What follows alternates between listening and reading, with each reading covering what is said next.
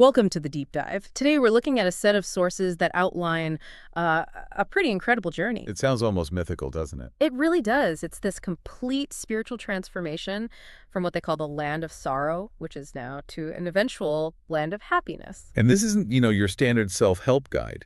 We're analyzing a very intricate, very specific spiritual framework. A blueprint, almost. Exactly, a blueprint. One that structures time, defines morality, and, well, it demands some intense spiritual practice. Our mission today is to help you understand the significance of this period they call the elevated confluence age. And the aim is huge. I mean, the goal they set out for you is to change from an ordinary human into Narayan. The divine ruler of the golden age. And what immediately hooks you, I think, is the promise they make right up front. Your days of sorrow are now over. We have to unpack what true knowledge makes that possible. The reason that promise can even be made is because the knowledge itself gives you what's described as unlimited disinterest in the world as it is now. Disinterest, not apathy. That's an important distinction. Right. It's a profound, informed detachment. And that detachment is the foundation for happiness. It comes from really getting the significance of the descending and ascending stages of this whole cycle. So if you know the whole story. You stop valuing the temporary parts. Okay, let's unpack this timeline because it's definitely not a straight line. It's a wheel. It is. The sources are very clear that the entire history of the world is a repeating 5,000-year cycle. Split into two halves. Precisely. We spent half a cycle, Yeah. 2,500 years, descending. And now we're in this very brief, very unique window of time for the ascent. And this cycle has four main ages, right? That's right. Often compared to metals, you start with the Golden Age, which is perfection, a time when souls were sato-pradhan, Which means? completely pure, perfect. They were the happy, wealthy masters of the world. Then, as the cycle turns, you move through the Silver Age, then Copper, and finally, The Iron Age. the Iron Age, which is where we find ourselves today. And the sources don't pull any punches describing it. It's called the extreme depths of hell. A time when the collective intellect has become tamo-pradhan, so utterly impure, steeped in vice. But, and this is the crucial part, for the person who accepts this knowledge. Yes. For them, the Iron Age is spiritually over. They transition into this short, unique intersection of time. The elevated confluence age. This is when the Supreme Father, God, comes down once every cycle to teach Raja Yoga and, to facilitate that climb back up. So it's this incredibly narrow window, a sort of spiritual now or never moment. How different is the Golden Age from what we see today in terms of how it's run? The contrast is everything. The Golden Age is unity, one undivided kingdom, one perfect language, one world system. And the history and geography just repeat. Perfectly. It sets the stage for the next perfect cycle. No conflict. And our present is just fragmentation. Exactly. The Iron Age is defined by division. So many religions, so many languages. The source likens it to a world tree just growing and branching out endlessly. Ultimate separation versus perfect unity. And the destination, the reason for the effort, is a world where, and I just love this phrase, nothing is unattained. That's the paradise you're working to get back to. We've set the scene. The time is now. The destination is clear. But how do you actually do it? How do you make the ascent? Well, this is where the sources draw a very sharp line, maybe a controversial one, between past practices and this path. A very sharp line. This is the core distinction between what they call the path of devotion and the path of knowledge. And devotion covers basically everything we think of as religion, right? Scriptures, pilgrimages. Yes. Reading scriptures, penance, bathing in the Ganges, all of that is explicitly called the path of descending. Wait, that's a huge claim. How can devotion seeking God lead you down? They explain it by chronology. Devotion only begins in the Copper Age. It's when the memory of the perfect Golden Age starts to fade. So you're seeking God because you feel separated from him. Exactly. Yeah. But your efforts are based on memory and imitation, not on direct turn instruction. You're chasing something you've already lost. And they even say that people took the original true knowledge And rewrote it. into things like the Bhagavad Gita, which then just fueled more devotion and accelerated the descent. The key distinction is this. Devotion is seeking God. Knowledge is having God, the Supreme Father, teach you directly, right now. And this brings us to the key figures involved. Right. First, you have the Supreme Father. He's incorporeal, free from rebirth. He comes only to purify. The purifier, the liberator, the guide. But he doesn't come in his own body. He uses an interpreter. Brahma, yes, who is called the Lucky Chariot. Why a chariot? What does that analogy mean? Well, a chariot is a vehicle. It's used for a specific journey. It implies the father uses Brahma's body only temporarily for the specific purpose of teaching the children. Rama isn't God. He's the highest soul, the chosen instrument. And this Brahma, along with Saraswati, they're the ones who eventually become Lakshmi and Narayan. That's the path. They make the effort now, and they attain the highest status in the Golden Age. Who are the two forms of Vishnu? And their childhood forms are Radhe and Krishna. It's a whole spiritual evolution. It is. That's the godly community being formed.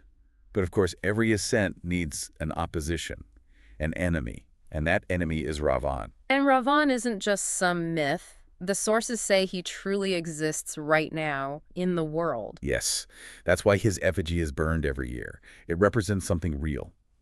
Ravan is the embodiment of the 5 primary vices: Which are? lust, anger, greed, attachment, and ego.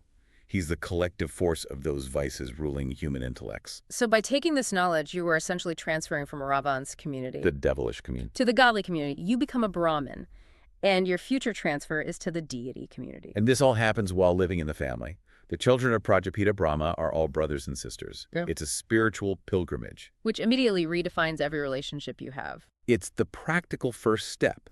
It withdraws your interest from the whole vicious world without you having to physically leave it. It's an internal renunciation. So how do you actually do it? How do you become a deity? Well, it requires intense focus. It's called studying at the godly university. It's a daily study. You have to imbibe divine virtues. And what's the core curriculum, the main assignment? It's actually incredibly simple and direct. The sources say, consider yourselves to be souls and remember the Father. That's it. That's Raja Yoga. That's the engine of it all. That one practice, that remembrance, is what burns away the sins of any birth. It's how you become Sadaprohan again. But it's also about what you have to conquer.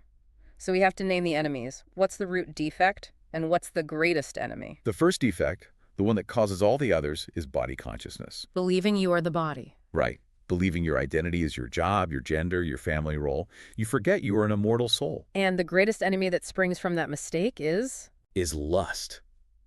The sources are incredibly emphatic about this. Conquer lust and you become a conqueror of the world. That's the aim. The stakes are clearly very high, so vigilance has to be key. Paramount. It's not enough to just, try your best.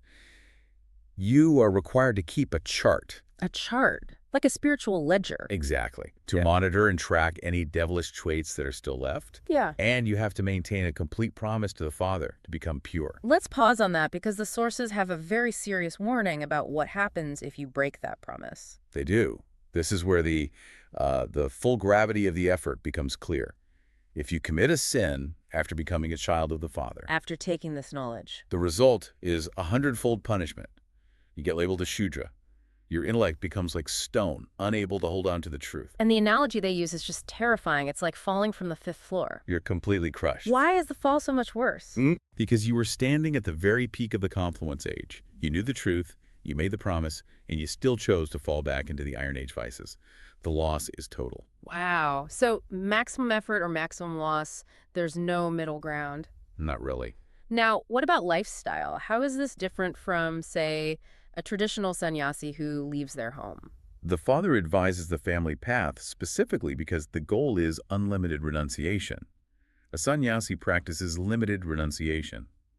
They leave the house, but might still carry attachment or ego. So you can stay with your husband or wife. You can, but Yeah. you have to maintain that complete internal disinterest in the vicious world. You don't abandon the world. You stay in it while abandoning the vices within it.